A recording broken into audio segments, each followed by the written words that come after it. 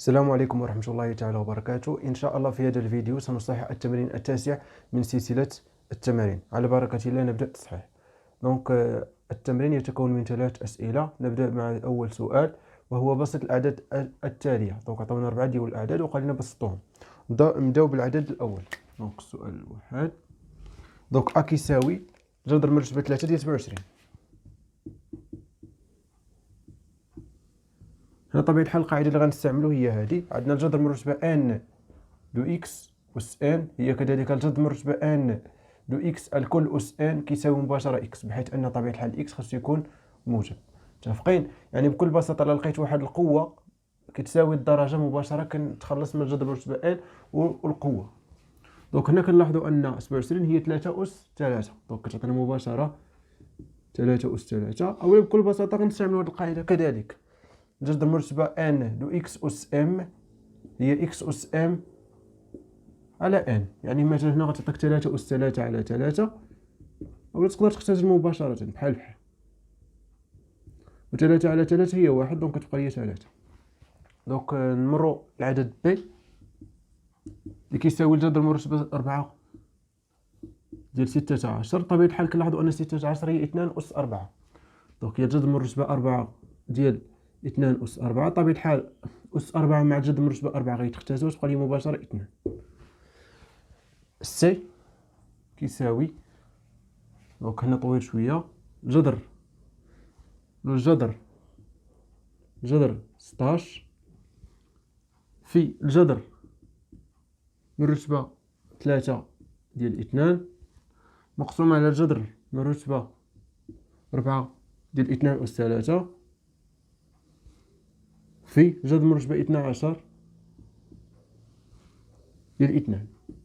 مزيان. كنحاولوا كيف ما قلنا في واحد التمرين تطبيقي في الدرس ان كلشي نكتبو باساس واحد. مثلا 16 هي 2 أس 4. نحاولوا نبسطو اكثر.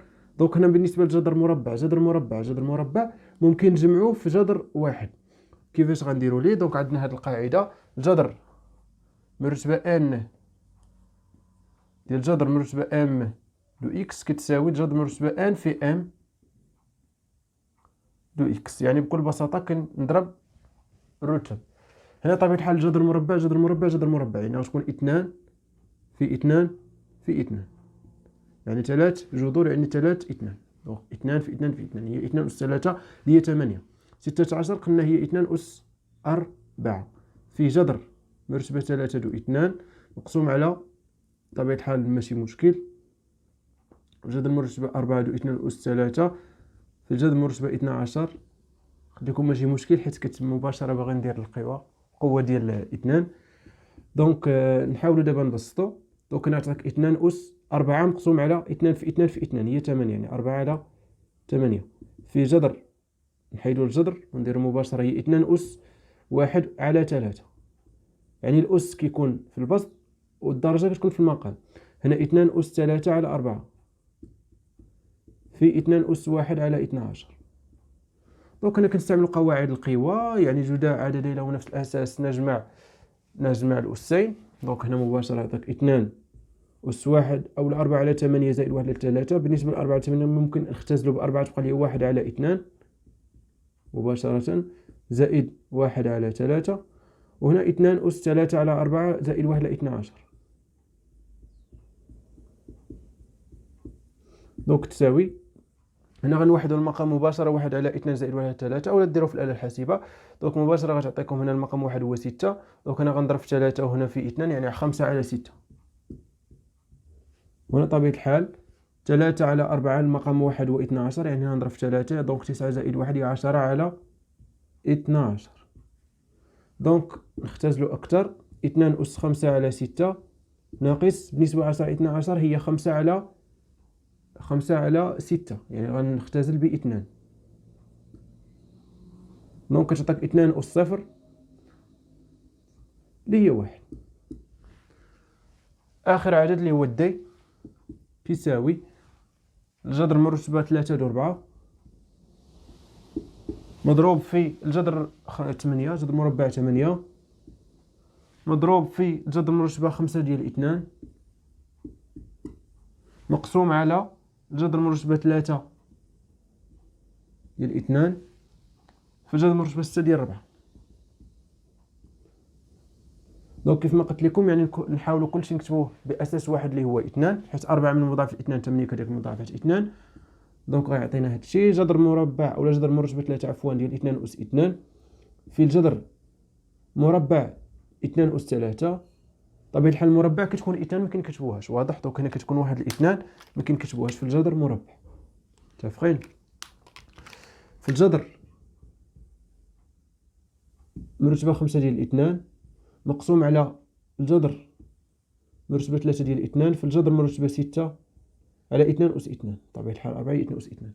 هنا غنحاولوا طبيعة الحال نكتبوا على شكل القوة. يعني هنا تعطيك 2 أس 2 على 3 في 2 أس 3 على 2 في 2 أس 1 على 5 مقسوم على 2 أس 1 على 3 في 2 أس 2 على 6. دوك نحاولوا نبسطوا أكثر. طبيعة الحال عندنا نفس الأساس، يعني نجمع الأسين. 2 أس 2 على 3 زائد 3 على 2 زائد 1 على 5 مقسوم على 2 أس 1 على 3 زائد 2 على 6. دوك هنا غنحاول نحسب. طبيعة الحال المقام 1 3 في 2 هي 6 6 في 5 هي 30. دوك نحاول نستعمل الآلة الحاسبة باش ما تعطلوش بزاف في الفيديو.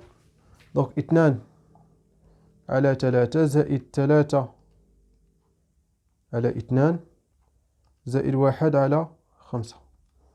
دوك كتعطينا 71 على 30. 2 أس 71 على 30 مقسوم على نفس الشيء هنا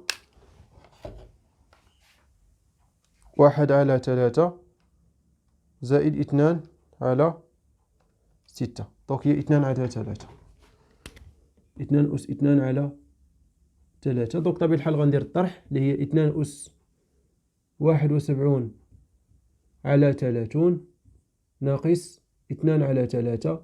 طبيعة الحال غادي نضرب هنا في 10، يعني غادي 71 ناقص 20 هي 51 على 30. دونك نتمنى تكون الأمور واضحة.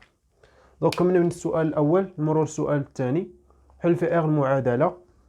دونك نشوف الوقت شوية. دونك لينا حل في إغ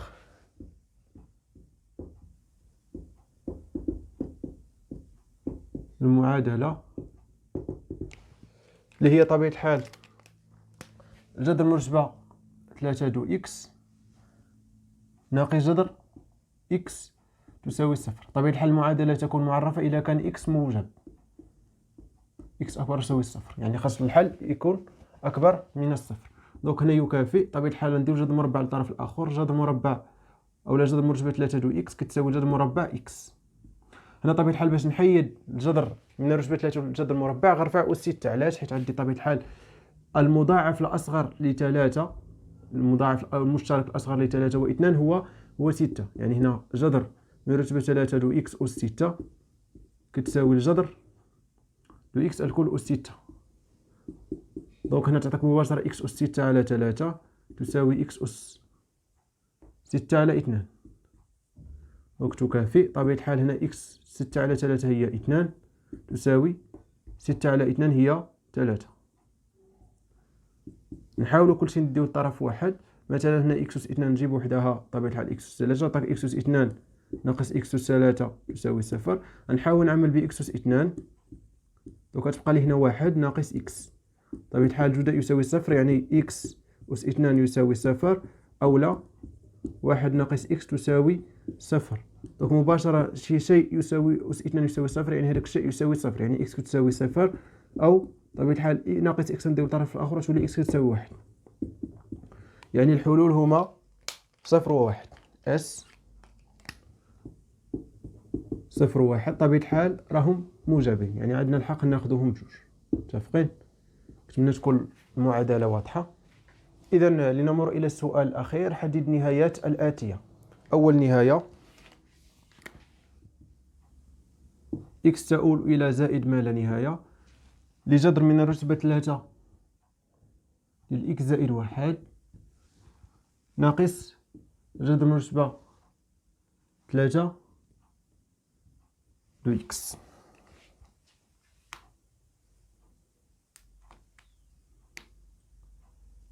إذا هنا لا عوضنا بزائد ما لا نهاية، زائد ما زائد واحد هي زائد ما لا نهاية، جذر مرتبة 3 ديال زائد ما لا نهاية زائد ما لا نهاية. هنا طبيعة الحال زائد ما لا مع ناقص تولي ناقص ما لا نهاية، زائد ما لا ناقص ما لا نهاية، شكل غير محدد. دونك خصنا نتخلصوا من هذا الشكل غير محدد. طبيعة الحال هنا كيبقاو لنا جوج ديال الطرق، يا إما التعميل يا إما الضرب في المرافق. مي هنا أطونسيون، هنا الضرب في المرافق ولكن من الدرجة الثالثة. واضح؟ دونك نحاول نعطيكم طريقة. دونك مثلا حنا طبيعة الحال عارفين هاد المتطابقة الهامة اللي هي أ أس 3 ناقص ب أس 3 تساوي أ ناقص ب عامل لي أ أس 2 زائد أ ب زائد ب أس 2. نفترض أن عندي الجذر مرتبة 3 دو إكس ناقص جذر مرتبة 3 ديال إيكغيك. أنا بغيت نتخلص من جذر مرتبة 3، دونك غنحاول نستعمل هاد المتطابقة. علاش؟ باش نتخلص من الجذر مرتبة 3 خاصني أس 3 وي ونو. دونك هنا شنو غادي ندير؟ غنفترض أن هذا هو أ وهذا هو ب، يعني هنا غنضرب أ أس 2، يعني هذا أس 2 جذر مرتبة 3 ديال إكس أس 2 زائد جذر مرتبة أ في ب، يعني جذر مرتبة 3 ديال إكس في الجذر مرتبة 3 ديال إيكغيك زائد ب أس 2، يعني جذر مرتبة 3 ديال إيكغيك أس 2. بطبيعة الحال هنا غتعطيك مباشرة أ أس 3، يعني الجذر مرتبة 3 دو إكس أس 3 ناقص جذر مرتبة 3 ديال إيكغيك أس 3. كنتمنى تكون الأمور واضحة. دونك المرافق ديال هذا هو هذا. دونك نطبقوها هنايا في هاد النهاية. دونك هنا النهاية لاحظوا معايا مزيان، إكس كتقول زائد ما لا نهاية. طبيعة الحال فاش غنضرب في المرافق خصني نقسم عليه، بحال اللي غنضرب في واحد. متفقين؟ فاش كنضرب في واحد ما كنأثر في والو. دونك هنا غنضرب ونقسم، يعني هنا جذر مرتبة 3 ديال إكس زائد واحد ناقص جذر مرتبة 3 ديال إكس مضروب، يعني هذا كامل أ هذا ب، يعني الجذر مرتبة 3 ديال إكس زائد واحد أس 2 زائد جذر مرتبة 3 ديال إكس زائد واحد مضروب في الجذر مرتبة 3 دو إكس زائد جذر مرتبة 3 دو إكس أس 2. كنتمنى تكون الأمور واضحة، كتبت شوية صغير. دونك هذا هو المرافق ديال هذا، يعني غادي نهبطو هنا. دونك غتعطيك الجذر مرتبة 3 ديال إكس زائد واحد الكل أس 2 زائد الجذر مرتبة 3 دو إكس زائد واحد مضروب في الجذر مرتبة 3 دو إكس زائد الجذر مرتبة 3 ديال إكس أس 2. كنتمنى تكون الأمور واضحة لحد الآن. طبيعة الحال هذه متطابقة هامة اللي هي هذه. دونك مباشرة كتساوي إكس كتقول زائد ما لا نهاية. دونك هنا طبيعة الحال تبقى لي جذر مرتبة 3 ديال إكس زائد واحد الكل أس 3. دونك هذا هو الهدف باش نتخلص من الجذر مرتبة 3 مع الأس 3 ناقص جذر مرتبة 3 ديال إكس الكل أس 3 مقسوم على جذر مرتبة 3 ديال إكس زائد واحد أس 2 زائد جذر مرتبة 3 دو إكس زائد واحد في الجذر مرتبة 3 دو إكس زائد جذر مرتبة 3 دو إكس أس 2. طبيعة الحال هنا غنتخلصوا من جذر مرتبة 3، إكس كتقول بليس انفيني وكتبقى لي إكس زائد واحد ناقص إكس، غنختزل إكس مع ناقص إكس تبقى لي غير واحد. دونك جذر مرتبة 3 دو إكس زائد واحد أس 2 زائد جذر مرتبة 3 دو إكس زائد واحد في جذر مرتبة 3 دو إكس زائد جذر مرتبة 3 دو إكس أس 2. دونك قلنا غنختازلو إكس مع ناقص إكس غتبقى لي غير واحد في البسط. دونك كنعوض بليس انفيني، هنا بليس انفيني بليس انفيني في بليس انفيني بليس انفيني بليس انفيني. دونك المجموع ديال لي بليس انفيني هو بليس انفيني، واحد على بليس انفيني هو صفر، يعني واحد على عدد كبير دونك صفر. دونك النهاية ديال هذه هي صفر. واضح؟ دونك كنعتقد كاين طريقة أخرى بالتعميل. واضح؟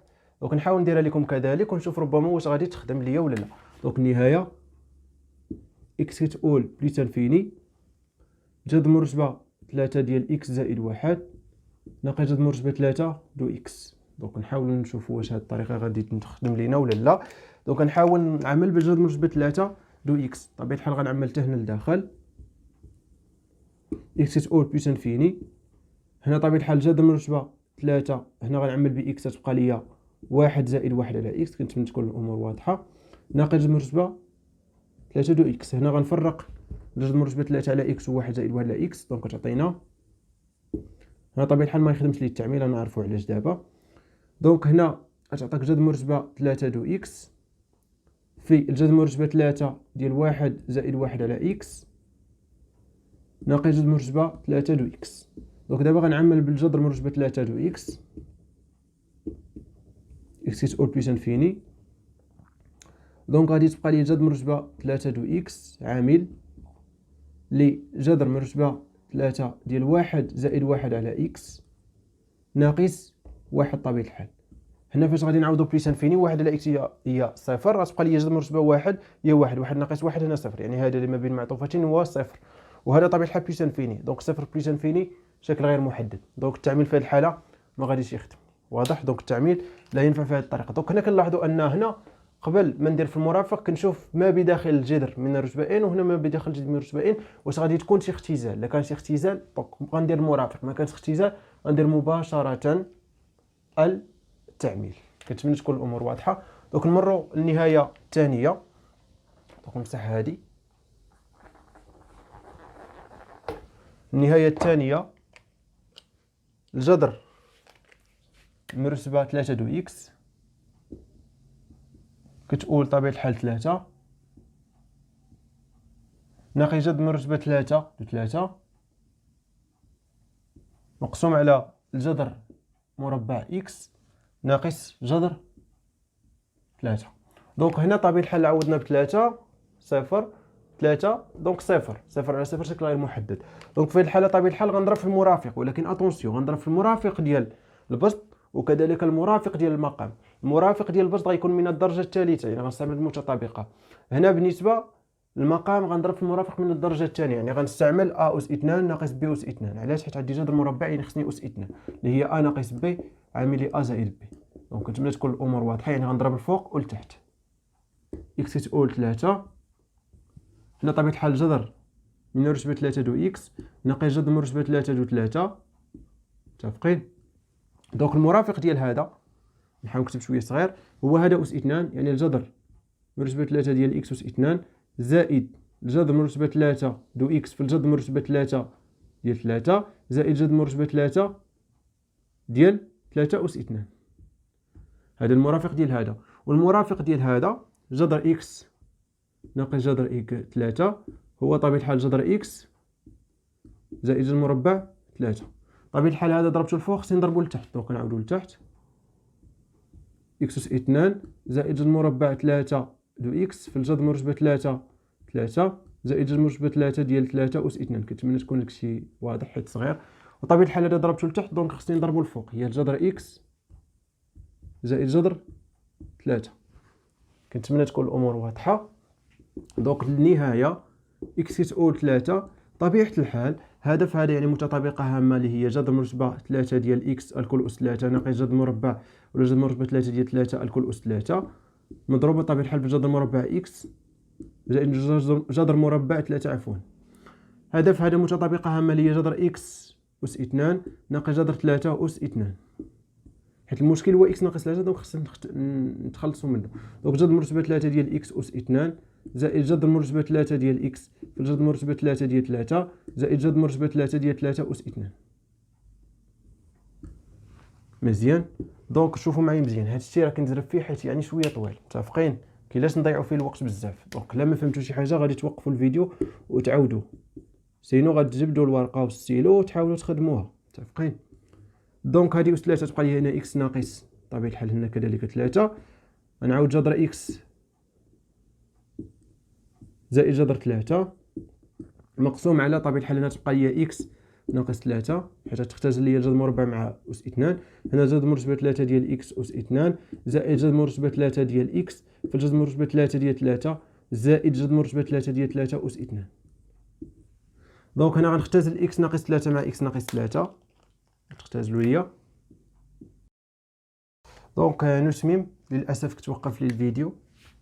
دونك هنا النهايه طبيعه الحال غادي تبقى لي اكس كتقول 3 يبقى لي هذا على هذا. دونك جذر مربع اكس زائد جذر مربع 3 مقسوم على جذر مرتبه 3 ديال اكس اس 2 زائد جذر مرتبه 3 ديال اكس في الجذر مرتبه 3 ديال 3 زائد جذر مرتبه 3 ديال 3 اس 2. مزيان. دونك هنا غنعوض بثلاثة، دونك كتعطيك جذر مربع 3 زائد جذر مربع 3 مقسوم هنا الجذر مرتبة 3 ديال 3 أس 2 زائد جذر مرتبة 3 ديال 3 في الجذر مرتبة 3 ديال 3. هنا يعني كنعوض إكس ب3 بكل بساطة، زائد جذر مرتبة 3 ديال 3 أس 2. طبيعة الحال سوا نخليها بحال هكا سوا نبسط، مثلا جيت تبسط هذا زائد هذا يعني جوج جذر مربع 3، هذا في هذا يعني أس 2، يعني غيبقى نفس التيرم نفس الحد، دونك يعني 3 منه، يعني 3 جذر مرتبة 3 ديال 3 أس 2. دونك باش تكون الأمور واضحة، يعني هادشي كيبقى غير حساب. أهم حاجة هو كيفاش تخدموا النهاية، يعني كيفاش كتضربوا في المرافق، واضح؟ دونك نمروا لآخر نهاية في هذا التمرين. دونك نمسح هنا. دونك النهاية الأخيرة، النهاية إكس كتقول الزائد ما لا نهاية ديال جذر مرتبة 4 دو إكس ناقص جذر مرتبة 3 دو إكس مقسوم على جذر إكس ناقص إكس. طبيعة الحال هنا غنفكر في التعميل، أول حاجة حيت عندي زائد ما لا نهاية، وما غنفكرش في المرافق، حيت إلا ضربت في المرافق غادي يكون عندي مشكل. فين كاين هذا المشكل؟ طبيعة الحال هنا عندي مرتبة 3، يعني خصني نرفع أس 12 وجذر اولا المتطابقه اللي فيها أس 12 يعني صعيبه بزاف، طويله بزاف. دونك غادي نحاولوا نعملوا. دونك ركزوا معايا مزيان هنا. اول حاجه سمعوني مزيان، ما عرفتش كيفاش تعملوا، اشنو غديروا؟ غتحاولوا تخلصوا من الجذر من الرتبه، يعني غترجعوا كل شيء على شكل قوه. يعني هنا تعطيك إكس أس 1 على 4 ناقص إكس أس 1 على 3 على إكس أس 1 على 2. طبيعة الحال قلنا 2 ما كتكونش مكتوبه، وهنا ناقص إكس. مزيان. دونك هنا الفوق في البسط غنحاول نعمل باكبر درجه، والتحت باكبر درجه. شكون نعرفوا الدرجه؟ غنشوفوا الدرجه هنا طبيعه الحال يعني العدد اللي كبير، واش 1 على 3 ولا 1 على 4. طبيعه الحال 1 على 3، يعني غنعمل باكس اس 1 على 3. دونك هنا النهايه اكس كتقول زائد ما لا نهايه. هنا قلنا الفوق غادي نعمل باكس اس 1 على 3. هنا طبيعه الحال غتبقى لي اكس 1 على 4 على اكس 1 على 3، حيت عندي ما عنديش هنا اكس 1 على 3. إكس أس 1 على 3 ناقص طبيعة الحال هنا 1. بنفس الشيء هنا عندي هنا 1 على 2 هنا 1، يعني غنعمل بإكس، غتبقى ليا إكس أس 1 على 2 على إكس ناقص 1. دونك نحاول نبسط هذا الشيء أكثر، يعني غنستعمل القاعدة ديال إكس أس إن على إكس أس إم هي إكس أس إن على إم، ويونو يعني كنطرحوا الأسين. دونك النهاية إكس كتقول بليس انفيني. نفس الشيء هنا غتعطيك إكس أس 1 على 3 ناقص 1 في هنا غتبقى لي إكس أس 1 على 4 ناقص 1 على 3 ناقص 1. هنا طبيعة الحال إكس أس 1 على 2 ناقص 1 ناقص 1. دوك نحاولوا طبيعة الحال نحسبوا الأس. إكس كتقول زائد ما لا نهاية، دونك طبيعة الحال 1 على 3 ناقص 1 هي ناقص 2 على 3 في هنا طبيعة الحال تعطيك إكس 1 على 4 ناقص 1 على 3. دونك المقام 1 و 12، أنا غنضرب في 3 هنا في 4، 3 ناقص 4 هي ناقص 1، دونك ناقص 1 على 12 ناقص 1. وطبيعة الحال هنا 1 على 2 ناقص 1 هي ناقص 1 على 2، دونك هنا إكس أس ناقص 1 على 2 ناقص 1. شوفوا معايا مزيان، عندنا القاعدة ديال المقلوب إكس أس ناقص إن هي 1 على إكس أس إن، باش نحيدوا طبيعة الحال إشارة الناقص، بحيث أن إن يكون عدد موجب، يعني ناقص 1 على 12 غنديروا المقلوب باش تولي 1 على 12. نفس الشيء هنايا غتعطيك النهاية إكس كتقول زائد ما لا نهاية. هنا 1 على إكس أس 2 على 3 في طبيعة الحال هنا غتبقى لي 1 على إكس أس 1 على 12. وكنتمنى يكون الأس واضح حيت كنكتب شوية صغير. ناقص طبيعة الحال 1. هنا طبيعة الحال 1 على إكس أس 1 على 2، ولا نديرو جذر إكس بحال بحال متفقين، يعني إما نديرو 1 على 2 ولا جذر إكس ناقص طبيعة الحال هنا 1. دونك هنا طبيعة الحال غنمشيو نعوضو به زائد ما لا نهاية ونشوفو النهاية شحال.